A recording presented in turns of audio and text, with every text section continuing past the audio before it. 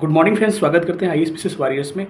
और आज का वीडियो बनाने का मकसद ये है कि 17 बीपीएससी प्रीलिम्स का जैसे कि डेट आपको आ चुका है और इसमें 17 नवंबर को डेट है और उसके बाद से बहुत सारे बच्चे ऐसे हैं जो बहुत सारे प्रश्न कर रहे हैं। ठीक है, ये वीडियो मेरा बनाने का मकसद यही है कि जो इकोनॉमिकली वीक है स्टूडेंट या फिर कोई जॉब में है या फिर कोई महिला है जो कि उतना एफर्ट नहीं कर सकते हैं किसी पेड कोर्स को, तो मैं चाह रहा हूँ कि अपने चैनल पर फ्री ऑफ कॉस्ट बिना पैसे के आपको कंटेंट प्रोवाइड करा लूँगा और कभी आप कराऊँगा और कभी आप उस कंटेंट से तुलना किसी पेड कोर्स से करना।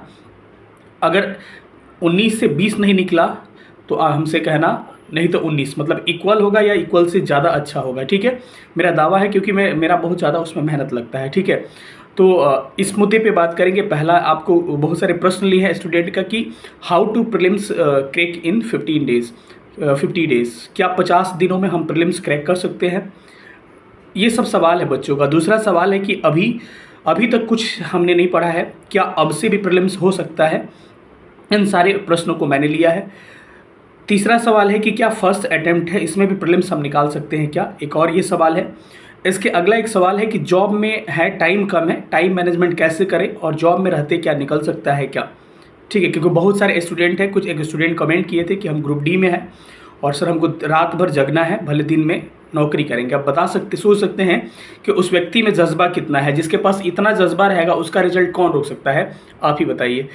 तो इन्हीं सब विषयों पे बात करेंगे और इस पे 3-4 टिप्स मैं आपको दूंगा, उस टिप्स को फॉलो करिएगा, आपका निश्चित रूप से रिजल्ट हो जाएगा। तो चलिए इस पे तो बात करेंगे कि how to prelims crack in 15 days, इस पे हम लोग बात करेंगे। ठीक है, लेकिन सबसे पहले सारे मुद्दों को कवर करते हैं, उसके बाद से लास्ट में चल के कंक्लूड करेंगे उसी के साथ। ठीक है, तो पहला क्वेश्चन हम लेते हैं कि अभी तक कुछ नहीं पढ़ा है, अभी से भी हो सकता है क्या? बिल्कुल मेरे भाई, 50 दिन में, अभी 50 दिन आपके पास समय पड़ा हुआ है, 50 दिन में भी आप प्रीलिम्स क्रैक कर सकते हैं। लेकिन हाँ, इसके लिए कुछ शर्तें होना चाहिए। शर्तें ये है कि सोशल मीडिया से दूरी थोड़ा सा बनाना पड़ेगा, यानी कि टाइम को आपको लेकर थोड़ा टाइम किल नहीं होना चाहिए। दूसरा बात, शर्त ये है कि आपको उन बच्चों से ज़्यादा पढ़ना पड़ेगा जो बच्चे ऑलरेडी पहले से पढ़ते आए हैं। जो पहले से स्टूडेंट पढ़ रहे हैं 8 महीना, 10 महीना, साल, 1.5 साल से, 2 साल से, तो क्या उनसे कम तुलना करने के लिए, आपको क्राइटेरिया फुलफिल करने के लिए, एक कट ऑफ मार्क्स बेंचमार्क होता है उसको क्रॉस करने के लिए, तो आपको उनसे तो ज़्यादा मेहनत अब करना पड़ेगा। तो यही है कि 2 महीना बचा हुआ है, लगभग 55 दिन मान के चल सकते हैं। तो उन 55 दिनों में अगर वो 8 घंटा पढ़ाई कर रहे हैं तो आप 12 घंटा, 13 घंटा पढ़ाई करिए, क्योंकि आपको पता है कि पढ़ने से कोई मर नहीं जाता है। बस यही 2 महीने की बात है, उसके आगे फिर हम मेंस में बात करेंगे। ठीक है, तो आप लोग का बार बार सवाल है कि क्या अभी तक कुछ नहीं पढ़ा है? हो सकता है, बिल्कुल 101% हो सकता है। ऐसा कोई बात नहीं है कि अभी से जो पढ़ेगा उसका रिजल्ट नहीं होगा। अभी से अगर आप 0 भी हैं तब भी आपका रिजल्ट हो जाएगा। लेकिन हाँ, मैक्सिमम स्टूडेंट वही है, या तो किसी एग्ज़ाम को दिए होंगे, चाहे किसी छोटे एग्ज़ाम कोई छोटा नहीं होता, लेकिन किसी भी एग्ज़ाम को दिए होंगे जिसका लेवल इन सब एग्ज़ामों से काफ़ी कम होगा।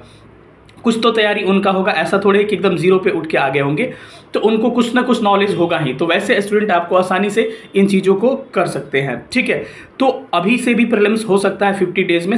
लास्ट में बात करेंगे कि कैसे हो सकता है और मैं आपकी क्या हेल्प कर रहा हूँ उस विषय पर। ठीक है, अगला सवाल है कि फर्स्ट अटेम्प्ट में हो सकता है क्या? बहुत सारे बच्चे कर रहे हैं, तो बिल्कुल फर्स्ट अटेम्प्ट में ही सबसे ज़्यादा होता है।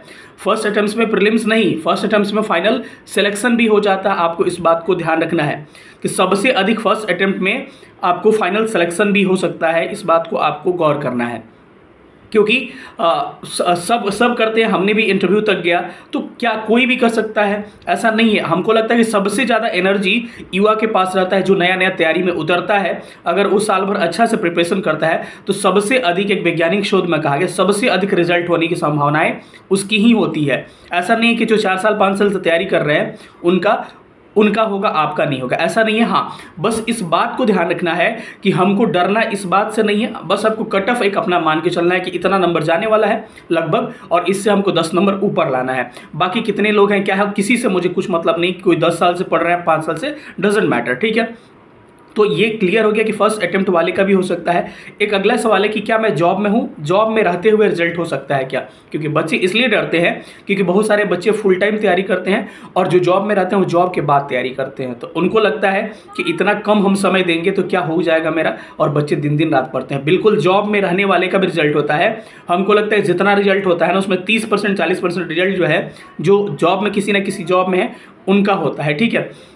तो उसके लिए हाँ टाइम मैनेजमेंट करना पड़ेगा। कैसे करिए आप, एक वीडियो अलग आप कमेंट करिएगा, तो जॉब वालों के लिए मैं अलग वीडियो बना दूंगा कि जैसे वो ग्रुप डी वाला स्टूडेंट जो है जैसे मैसेज किए थे कि सर हम रात में जगेंगे, तो जो आपके पास समय मिल रहा है, ऐसा थोड़े कि 24 घंटे का जॉब होता है, 8 या 10 घंटा मैक्सिमम जॉब होता है, तो जो समय मिल रहा है उसी को यूटिलाइज करिए, किसी और काम पे उसको मत लगाइए। थोड़ा सा सोशल मीडिया कम यूज़ करेंगे, थोड़ा सा मूवी कम देखेंगे, क्रिकेट कम देखेंगे, घूमेंगे फिरेंगे कम, दोस्ती यारी कम चलाएंगे, ये तो सब बाद में भी हो जाएगा। तो बस आपको करना क्या है कि जो भी टाइम मिल रहा है, जैसे कि सुबह का समय है, तो सुबह का समय है तो आपको 10 या 9 बजे से किसी का भी जॉब होता है अगर नॉर्मल जॉब है तो क्या करिए कि सुबह उठ जाइए 6 बजे और 4 घंटा खींच दीजिए, 3 घंटा खींच दीजिए, बाकी अपना काम करके निकल जाइए। फिर जॉब से रिटर्न, अगर हाँ कई लोगों को अलाउ अगर जॉब में होता है पढ़ना तो आप पढ़ सकते हैं, लेकिन अलाउ अगर नहीं होता है तो कोई बात नहीं, वहाँ रिस्क लेने की ज़रूरत नहीं है। फिर से आइए तो थोड़ा सा आराम करके उसके बाद से नाश्ता करके फिर उसके बाद से फिर से लग जाइए, फिर से रात में 2-3-4 घंटा फिर से खींचिए। 7-8 घंटा तो इजीली आप 6 घंटा तो 6 घंटा तो मिनिमम दे ही सकते हैं जॉब में रहने के बाद भी, और मैक्सिमम लोगों का रिजल्ट जॉब में रहते हुए भी होता है। इस पर मैं अलग वीडियो बना दूंगा क्योंकि वीडियोस थोड़ी सी लंबी हो जाएगी, सारे प्रश्नों को कवर करना था। आप कमेंट करिएगा अगर इस पर वीडियोस चाहिए तो, ठीक है। अब इन सारों मुद्दों पर हम लोग 3-4 टिप्स देंगे आपको, और अब बात करेंगे how to crack prelims in 50 days, जिसमें सब लोग आ जाएंगे ये सारे मुद्दे। आपको ध्यान इस बात को रखना है कि सबसे पहले आपको अपने मन से एक डर निकालना है। सिलेबस पे तो हम लोग थोड़ा सा बाद में बात करेंगे।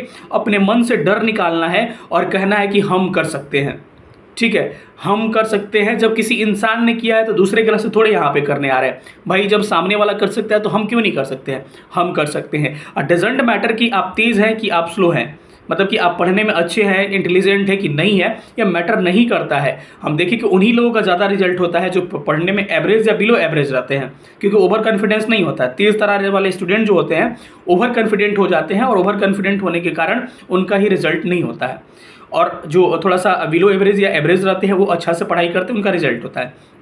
तो 3-4 टिप्स को फॉलो करना है कि सबसे पहले क्या करना है, अपने मन में लाना है और अपने आप को विश्वास दिलाना है कि हम कर सकते हैं, क्योंकि सेल्फ कॉन्फिडेंस सबसे बड़ा कॉन्फिडेंस होता है। जब आप ही के मन में नहीं होता है कि हम कर सकते हैं तो कैसे कर सकते हैं, क्योंकि एक कहावत है कि मन के हारे हार है और मन के जीते जीत, ऐसे करके है ना कुछ। अगर मिस्टेक होगा तो माफ़ करिएगा, ज़्यादा कहावत मुझे नहीं आता है, ठीक है। इसके अलावा सबसे पहले अपने आप को करना है, हाँ, और सबसे पहले ये करना है, इस बात से नहीं डरना है।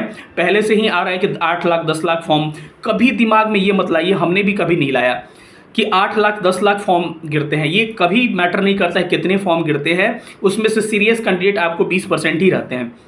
आपको उस विषय पर फोकस नहीं करना है कि कितने परसेंट फॉर्म गिरे हैं या कितना लाख फॉर्म गिरा है या करोड़ गिरा है।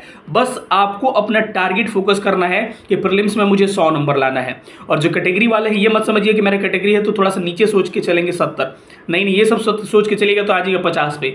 तो इसीलिए जो ईवार का कट ऑफ होता है उससे ऊपर सोचने की कोशिश करिए आप लोग, जो किसी भी कैटेगरी में, doesn't matter SC ST female है, EBC BC है, कुछ भी है, आप उससे ऊपर सोचने की कोशिश करिएगा, तभी संभव हो पाएगा।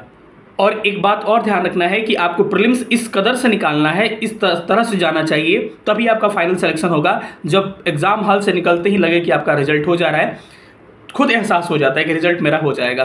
क्योंकि अगर उस समय आपका जहाँ भी कॉन्फिडेंस गड़बड़ाया तो क्या करिएगा कि आप 2 महीने जब तक रिजल्ट नहीं आएगा तब तक आप पढ़ाई ही नहीं करिएगा अच्छे से। ओह पो की स्थिति में कट ऑफ की वीडियो देखिएगा, जिसके कारण आपका समय निकल जाएगा, फिर 2 महीना बचेगा, फिर मेंस नहीं हो पाएगा अगर प्रीलिम्स निकल गया तब भी। ये बातें हैं। कई लोगों को कहते हैं कि सर क्या प्रीलिम्स के बाद मेंस हो सकता है क्या? बिल्कुल हो सकता है, क्योंकि अभी समय बचा नहीं है, 3 महीना लगभग समय मिलेगा। प्रीलिम्स के जस्ट बाद रिजल्ट का वेट नहीं करना, तुरंत मेंस के लिए प्रिपेयर करना स्टार्ट कर देना है। और मैं आपको फुल गाइडेंस दूंगा मेंस के लिए भी, क्योंकि मेरा पर्पस ही इस चैनल का वही है कि जो भी बच्चे ऐसे हैं जिनको इकोनॉमिकली अच्छे नहीं है उनको क्या करना, सपोर्ट करना, क्योंकि हम लोग भी उस फेज से गुजरे हैं। हमको पता है कि किसी के पास एफर्ट नहीं कर सकता है, उसको कितनी समस्याएं आती है। एक प्रॉपर गाइडेंस चाहिए, क्योंकि रिजल्ट आप ही लोगे, मेहनत आपका करना है, बस मुझे रास्ता दिखाना है आपको, ठीक है। और जो मैंने भी कुछ गलतियां किया है उस गलती से मैं आपको क्या करूंगा, सीख दूंगा कि ये गलतियां आपको नहीं करनी है। तो समझ गया। पहला बात क्या मैंने कहा कि अपने आप में आत्मविश्वास होना चाहिए कि हम कर सकते हैं। दूसरा बात कि लाख नहीं देखना है, आपको टारगेट रखना है कि इतने क्वेश्चन करने हैं, इतने मार्क्स हमको लाने हैं। अगर उतना हो गया तो समझिए कि आपका रिजल्ट हो गया। अब बात ये आती है कि इतने 50 दिनों में हम करें कैसे। तो इसके लिए मैंने डिस्क्रिप्शन में मैं लिंक दे दूंगा या फिर आपको पिन कमेंट में दे दूंगा, वहाँ चेक कर लीजिएगा एक बार। एक वीडियोज़ मैंने 4 दिन पहले पोस्ट किया था जिस पे लगभग 15,000 व्यूज़ आए हैं और बच्चे काफ़ी अच्छा उस पर कमेंट और प्यार अपना दिखाए हैं।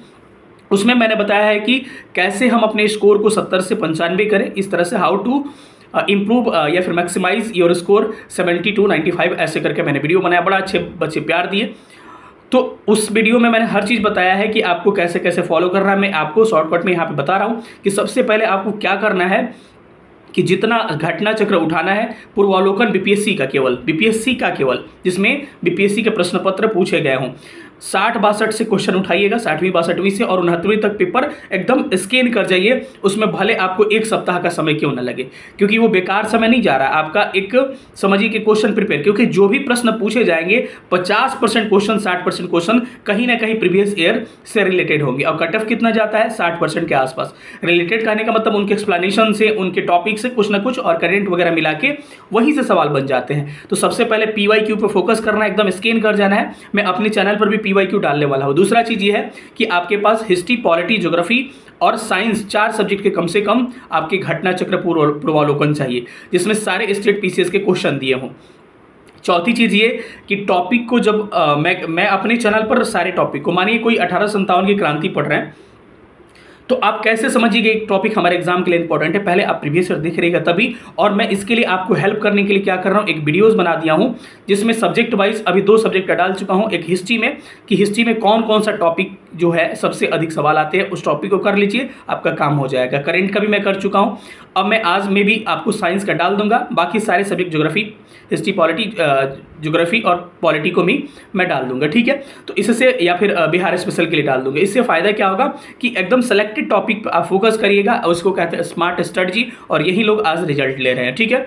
अब मैं क्या करूंगा, उन सेलेक्टेड टॉपिक्स को, या तो आपको मन है किसी बुक से पढ़ना तो किसी बुक को फॉलो कर सकते हैं, लेकिन मैं खुद सारे टॉपिक्स करवा रहा हूं जिसमें आपको अगर हिस्ट्री की बात करें तो बिपिन चंद्रा, स्पेक्ट्रम, घटना चक्र, सबका कंपाइलेशन एक जगह दे रहा हूं और उस थ्योरी के फॉर्म में करवा दे रहा हूं। उसके बाद से उसी का MCQ आज तक जितने प्रीवियस पेपर में पूछे गए स्टेट PCS या UPSC में, उसको मैं सॉल्व करा रहा हूं। इससे फ़ायदा क्या होगा कि थ्योरी पढ़ने के बाद से आप उसको कंपेयर करिएगा कि जो हम पढ़ रहे हैं हमारे काबिल है कि नहीं, तभी आपको पता चलेगा क्वेश्चन जब बनेंगे तो।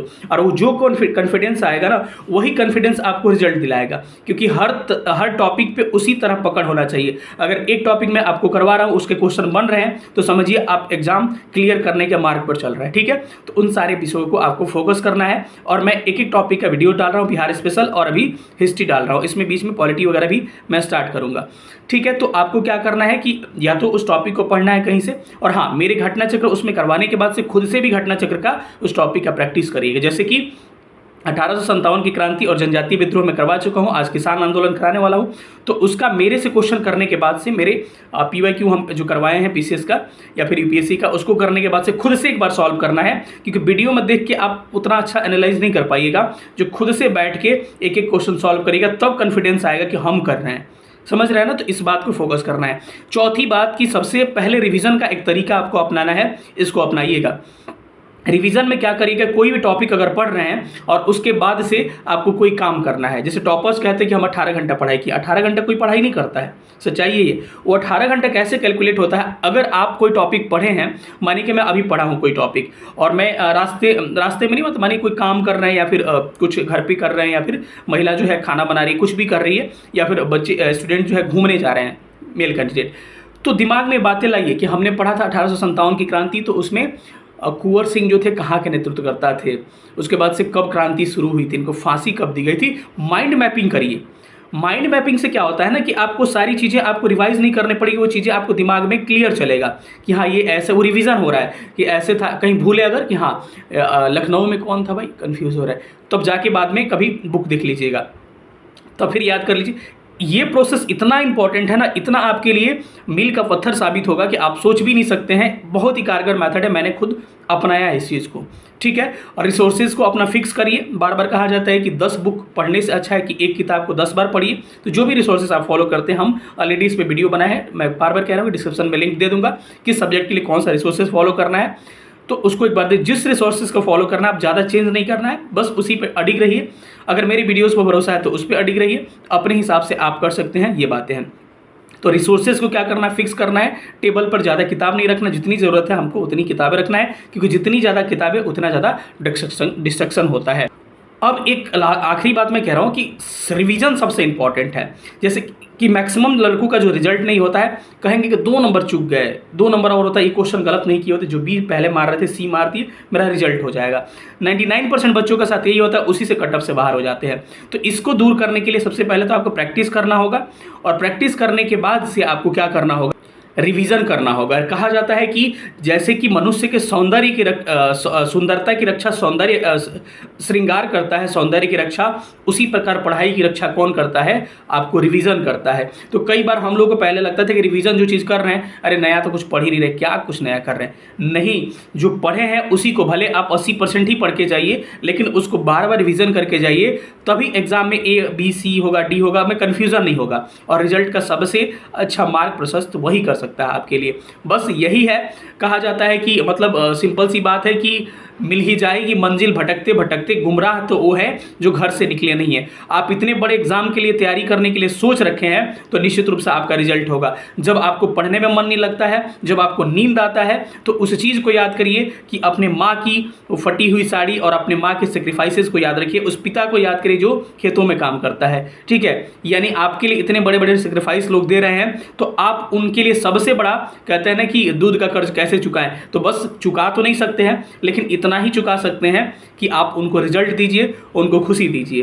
क्योंकि सफलता के बाद से ही गार्जियन के चेहरे पर खुशी आती है। अगर आप इधर 10 घंटे 12 घंटे मेहनत कर लेंगे, तो ज़िंदगी भर 10-12 घंटे मेहनत आपको नहीं करनी पड़ेगी, इस बात को ध्यान रखना पड़ेगा। और रही बात एक मेंटर या गाइडेंस, तो हम आपके पग पग पे आपके साथ है। जो भी प्रॉब्लम होगा, जो भी कमेंट्स होगा, खुद आप बताइएगा कमेंट करके। मैं एक एक कमेंट्स का रिप्लाई देता हूँ कि नहीं, जहाँ तक मेरे से सक्षम हो पाता है मैं रिप्लाई देता हूँ। हाँ, टीआरई वाले कैंडिडेट्स हैं, जब ज़्यादा पूछने लगेंगे, सर मेरा 45 आ रहा है, अरे भाई कटअप बता ही दिए हैं, तो क्या पूछना बार बार, उस रेंज में आ जाए तो ठीक है।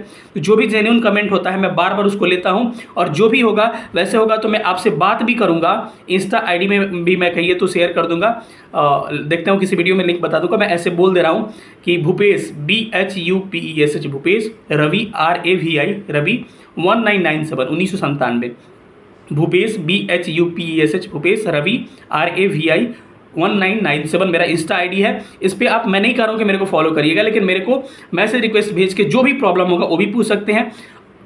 क्योंकि पहले सबसे पहले कमेंट्स में पूछिएगा, मैं कमेंट्स में बाई दी हुई किसी कारणवश रिप्लाई नहीं कर पाया, तब वीडियो लंबी हो जाएगी।